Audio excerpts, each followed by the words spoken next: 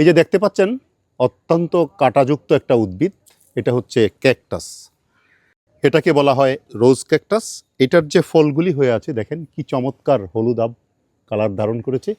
এটা কিন্তু খেতে বেশ সুস্বাদু, বিশেষ করে লবণ মরিচ দিয়ে মেখে খেতে বেশ সুস্বাদু, তবে ভীষণ টক। যেহেতু টক, এটার মধ্যে প্রচুর পরিমাণে অ্যান্টিঅক্সিডেন্ট আছে, যে অ্যান্টিঅক্সিডেন্ট মানব স্বাস্থ্যের জন্য গুরুত্বপূর্ণ।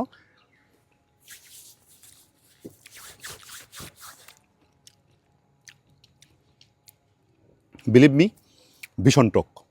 তারপরেও যদি একটু লবণ মরিচ দিয়ে খান তাহলে অত্যন্ত সুস্বাদু হবে।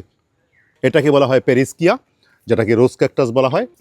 এটা যদি আপনার বাড়িতে রোপণ করেন তাহলে এই গাছটা থেকে একটু সাবধানতা অবলম্বন করতে হবে, কারণ এর মধ্যে প্রচুর কাটা হয় কাণ্ডে, যে কোনো সময় যদি বিঁধে যায় প্রচণ্ড পেইন হয়। এছাড়া এটা শুভাবর্ধক উদ্ভিদ হিসাবে রোপণ করতে পারেন, কারণ এর ফুলগুলি যখন ফুটে চমৎকার কালার এবং দেখতে খুবই দৃষ্টিনন্দন হয়।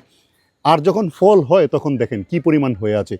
এটা বিশেষ করে যদি বাড়িতে থাকে, যদি প্রতিদিন 1-2টা নিয়ে ভর্তা করে খান তাহলে ভিটামিন সি এর চাহিদা মিটবে।